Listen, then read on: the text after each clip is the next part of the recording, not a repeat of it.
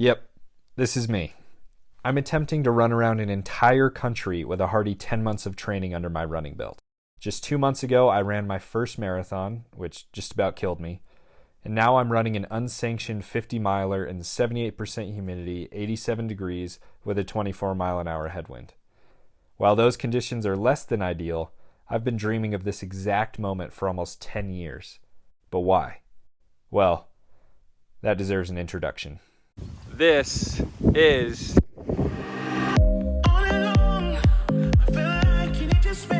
In high school, I had the chance to visit Aruba for the first time.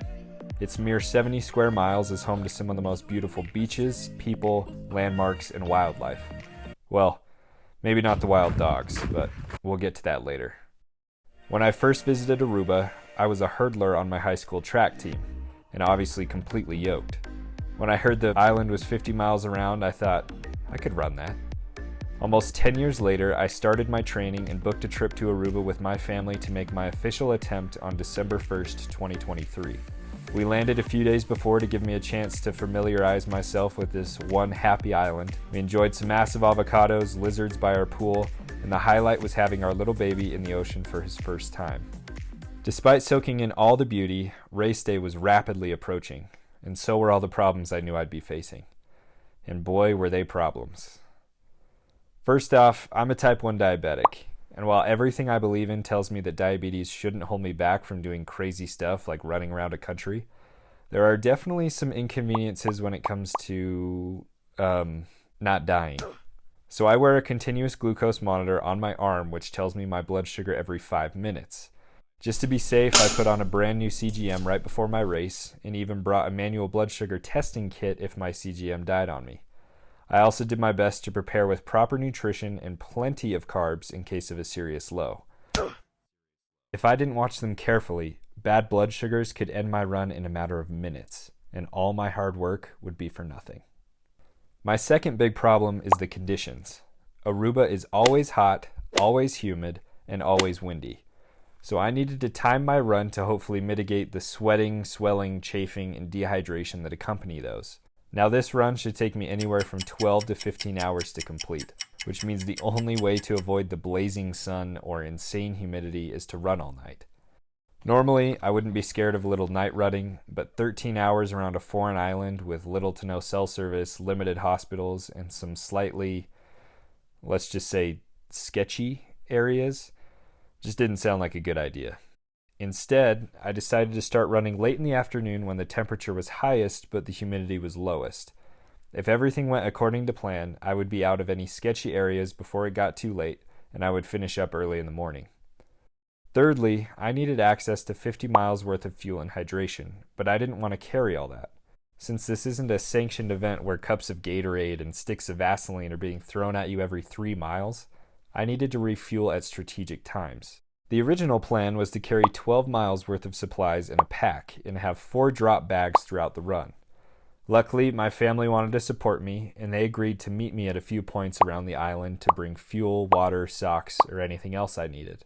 Now, even though I had decent solutions to all these problems, I was still extremely nervous. What if I had a serious low? What if my phone dies and I'm hurt and can't even coordinate a fuel station? Well, turns out those weren't the problems I should have been worried about. When race day finally arrived, I skipped my morning dose of basal insulin, said goodbye to my toenails, and then taped them. I double-checked my bag, the route, my sanity, and the weather. Hours. I kissed my son, and I kissed my wife. Love you. I got some sound advice. Don't get ran over by a car. And I was off. Hey guys.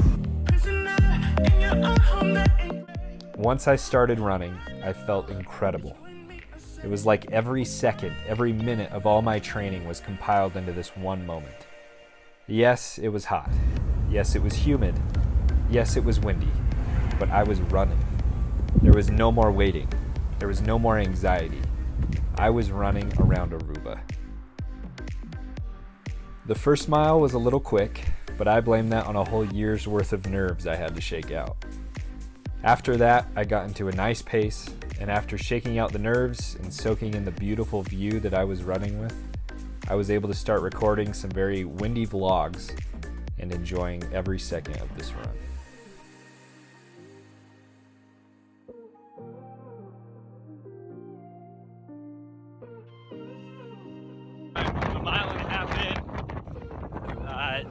Aruba is always windy, so this first part is going to be a little bit brutal. So excited to finally be doing this race. I've trained for it, looked forward to it for so long.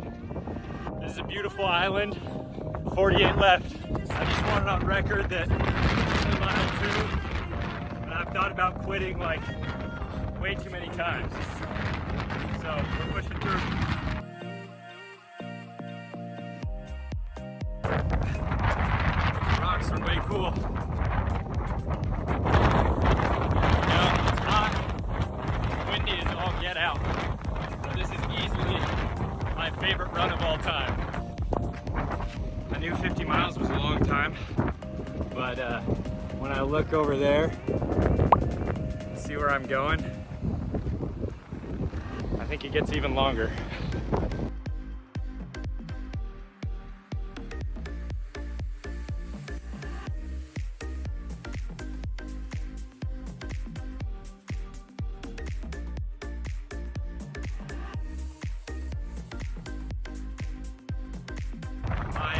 My blood sugars are reading a little bit low, like 59, 60, but they're stable. So I slowed down a little bit and hoping it's good. Just under mile 7, feeling good. Still super windy. Look at how cool this is. Nice little natural arch.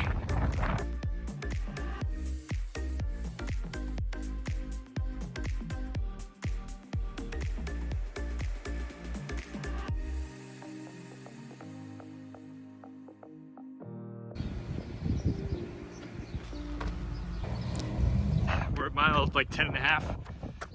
Just stopped and got an aid station from the fam.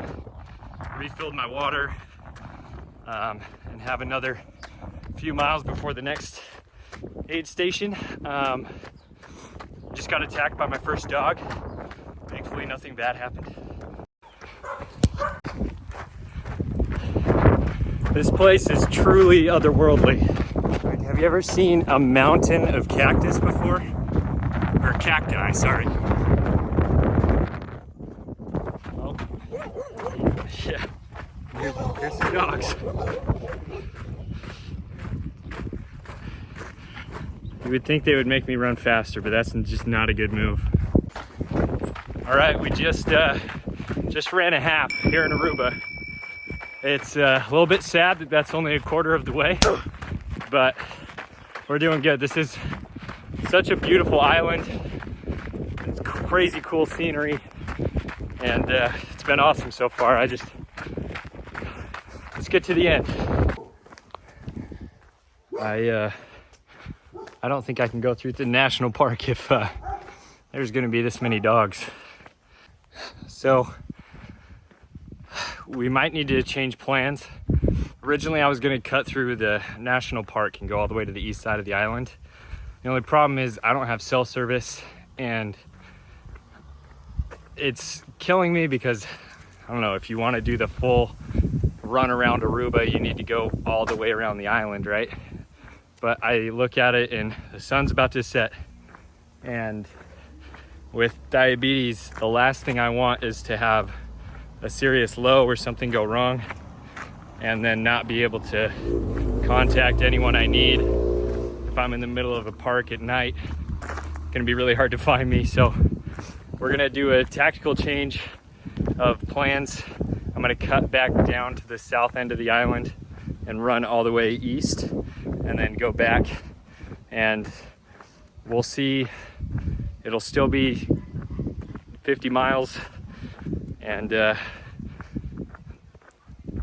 it's tough because I want to count that as the run around Aruba, but maybe I'll have to come back and do it for real. But I feel good about that, and it's safe, and I've got some wonderful people and things to live for, so I don't want to risk it for my ego.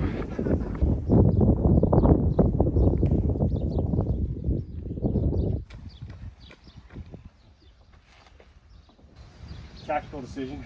Okay. I'm not going through the park. Okay. I think I was attacked by like 15 dogs. I think I'm gonna take the route back and then connect with the main road and go over and then just go back. Oh. Because I don't want to risk anything. No, that's smart because the park I'm sure will have more, right? That's what I think. Okay. And literally, like, coming out of the bushes, like, I was just running in like a pack of dogs. We just had another aid station. We got the headlamp on, no sunglasses, more food, more water, changed the socks, retaped the toes.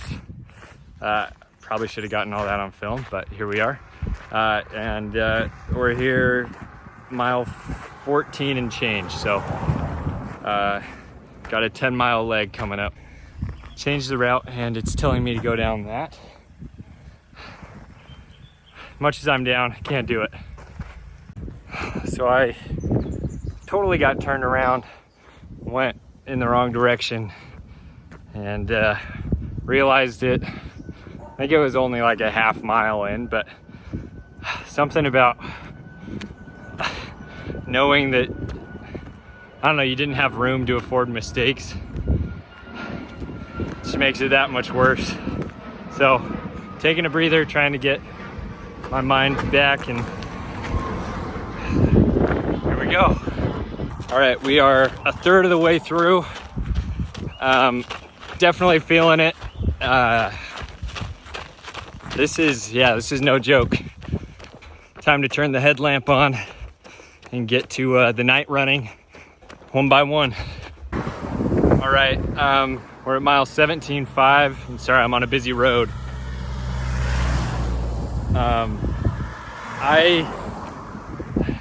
I was feeling good, and then I feel like I took that wrong turn, and I don't know what happened, but my legs just got super tight, and I am feeling it. So I'm walking for a bit. I even had to sit down and call my wife because I needed a little pep talk. I'm gonna walk for a little bit, and I even thought about switching the route and shortening it, but it's tough. All right, it's been a while since a check-in. I think I'm at mile 21. My legs feel so much better than they did a while ago. I think it was just cramping. I took it slower than I wanted to, and I think that helped. I'm at a weird spot now where it hurts more to walk, so I just downed a fuel packet, which is why I'm walking right now, but it like feels better to run, which is so weird. I guess that's just how broken I am. I don't know. But anyway, we're getting to the halfway point. This is long. Well, 25 miles. We officially made it halfway. That took a little over 6 hours. So this next 25 is going to be absolutely rough. But we're starting to actually head back in the full loop now, which I think mentally will do something for me, knowing that I'm not running further away from my finish line, but closer. So I think it'll be good. So very unfortunate. I was burning up, took my shirt off, and in the process totally ripped off my Dexcom. So I did not bring a replacement. I have my manual checking kit. Everything looks good for now, but I sent my family, bless their hearts, to go get me a replacement, and we'll just hope it sticks. All right, great news. We just hit the marathon mark. Feels so good. Better news, my wife joined me for a little bit, and it is so needed. I need her.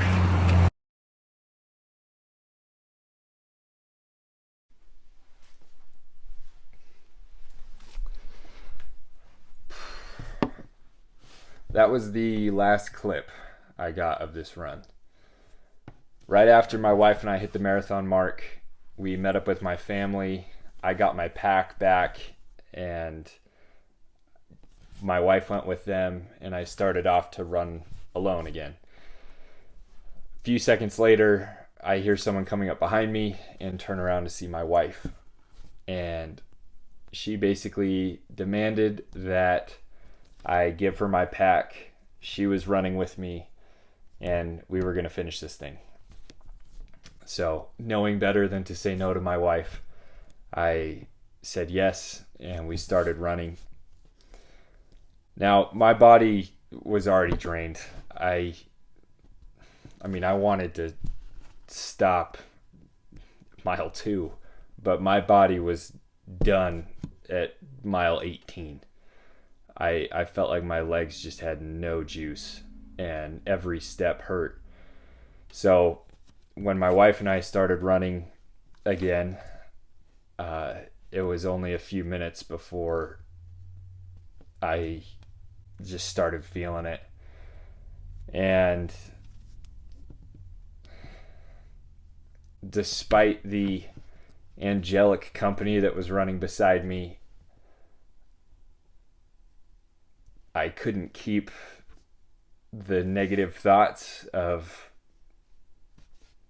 how hard everything was out of my head.